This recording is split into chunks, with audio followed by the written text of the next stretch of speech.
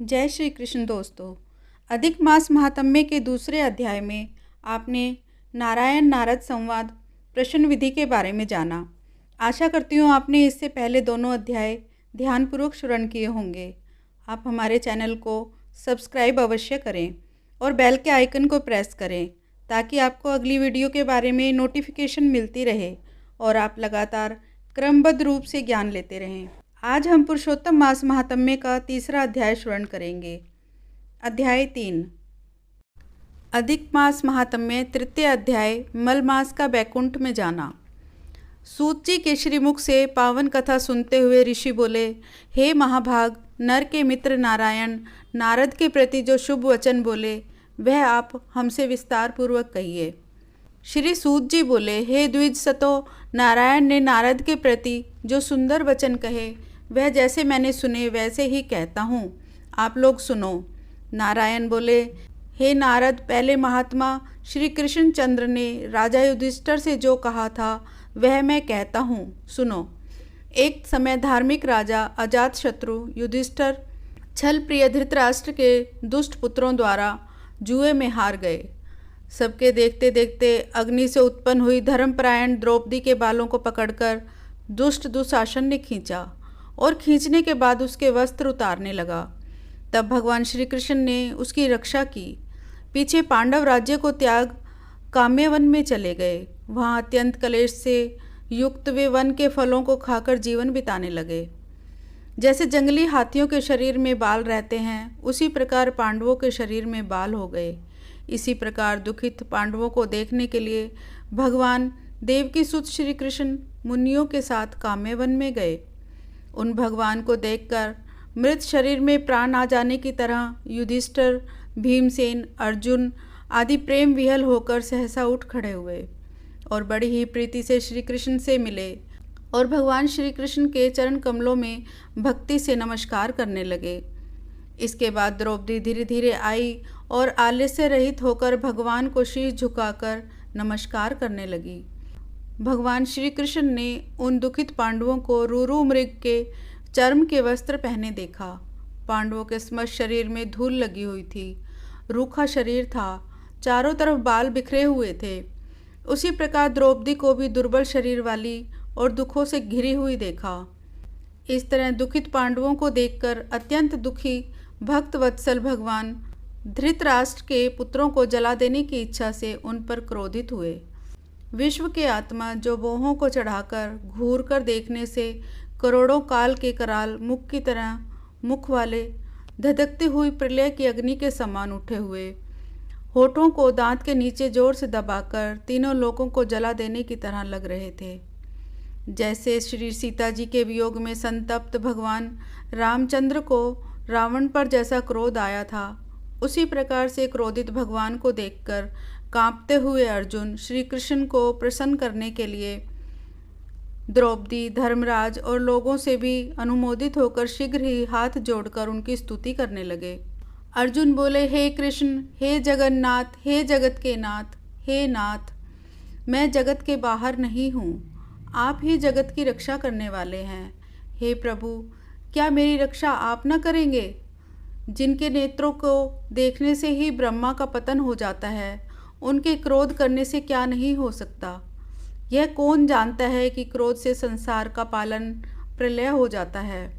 संपूर्ण तत्व को जानने वाले के कारण वेद और वेदांग के बीज के चित्त आप साक्षात श्री कृष्ण हैं। मैं आपकी वंदना करता हूँ। आप ईश्वर हैं। इस चराचरात्मक संसार को आपने उत्पन्न किया है। सर्व मंगल के मंगल हैं और सनातन के भी बीज रूप हैं। इसलिए एक जने के अपराध से आपके बनाए समस्त विश्व को आप नष्ट कैसे करेंगे? कौन भला ऐसा होगा जो मच्छरों को जलाने के लिए अपने घर को जला देता हो? दूसरों की वीरता को मर्दन करने वाले अर्जुन ने भगवान से इस प्रकार निवेदन कर प्रणाम किया। इसके बाद सूत जी ने कहा, अर्जुन के ये बातें सुनकर श्री कृष्ण ने अपने क्रोध को शांत किया और स्वयं भी चंद्रमा की तरह शांत हो गए। इस प्रकार भगवान को शांत देखकर पांडव भय से मुक्त होकर प्रेम से प्रसन्न मुख और प्रेम विहल हुए। सभी ने भगवान को प्रणाम किया और जंगली कंद मूल, फल आदि से उनकी पूजा की। फिर श्री नारायण भगवान बोले, तब शरण में जाने योग्य भक्तों के ऊपर कृपा करने वाले श्री कृष्ण को प्रसन्न जान विशेष प्रेम से भरे हुए नम्र अर्जुन ने उन्हें बारंबार नमस्कार किया, और जो प्रश्न आपने हमें किया है वही प्रश्न उन्होंने श्री कृष्ण से किया। इस प्रकार अर्जुन का प्रश्न सुनकर क्षण मात्र मन से सोचकर अपने सुहाद्र पांडवों को और व्रत को धारण की हुई द्रौपदी को आश्वासन देते हुए वक्ताओं में श्रेष्ठ श्री कृष्ण पांडवों से हितकर वचन बोले। श्री कृष्ण जी बोले, हे राजन, हे महाभाग, हे विभव, अब मेरे वचन सुनो। आपने यह प्रश्न अपूर्व किया है, आपको उत्तर देने में मुझे उत्साह हो रहा है। इस प्रश्न का उत्तर गुप्त से गुप्त है, ऋषियों को भी नहीं विदित है। फिर भी हे अर्जुन, मित्र के नाते अथवा तुम हमारे भक्त हो इस कारण से हम कहते हैं। हे सुब्रत, वह जो उत्तर है वह अति उग्र है, अतः क्रम से सुनो। चैत्र आदि जो 12 मास निमेष महीने के दोनों पक्ष, घड़ियाँ, प्रहर, त्रिपहर, 6 ऋतुएं, मुहूर्त, दक्षिणायन और उत्तरायण, वर्ष, चारों युग, इसी प्रकार प्रार्ध तक जो काल हैं, यह सब और नदी, समुद्र, तालाब, कुएं, बावली, गढ़ैयाँ, स्तोत्र, लता, औषधियाँ, वृक्ष, बांस आदि पेड़, वन की औषधियाँ, नगर, गांव, पर्वत, पुरियाँ, यह सब मूर्ति वाले हैं और अपने गुणों से पूजे जाते हैं। इसमें ऐसा कोई अपूर्व व्यक्ति नहीं है जो अपने अधिष्ठाता देवता के बिना रहता हो। अपने अपने अधिकार में पूजे जाने वाले यह सभी फल को देने वाले होते हैं। अपने अपने अधिष्ठाता देवता के योग के महात्म्य से यह सब भाग्यवान हैं। हे पांडु नंदन, एक समय अधिक मास उत्पन्न हुआ। उस उत्पन्न हुए असहाय निंदित मास को सब लोग बोले कि यह मलमास सूर्य की संक्रांति से रहित है, अतः पूजने योग्य नहीं है। यह मलमास मल रूप होने से छूने योग्य भी नहीं है और न शुभ कार्य में अग्रणी है। इस प्रकार के वचनों को लोगों के मुख से सुनकर यह मलमास निरुद्योग, प्रभा रहित, दुखों से घिरा हुआ, अति खिन्न मन, चिंता से ग्रस्त मन होकर व्यथित हृदय से मरणासन की तरह हो गया। फिर यह धैर्य धारण कर मेरी शरण में आया। हे नर, बैकुंठ भवन में जहाँ मैं रहता हूँ वहाँ पहुँचा और मेरे पास में आकर मुझे पुराण परम पुरुषोत्तम को इसने देखा। उस समय अमूल्य रत्नों से जड़ित स्वर्ण के सिंहासन पर बैठे मुझको देखकर यह भूमि पर साष्टांग दंडवत कर हाथ जोड़कर नेत्रों में बारंबार आंसुओं की धारा बहाता हुआ धैर्य धारण कर गदगद वाणी से बोला। इतना कहकर सूत जी बोले। इतनी कथा कहकर भगवान नारायण चुप हो गए। इस प्रकार नारायण के मुख से कथा सुन भक्तों के ऊपर दया करने वाले नारद मुनि पुनः भगवान नारायण को बोले।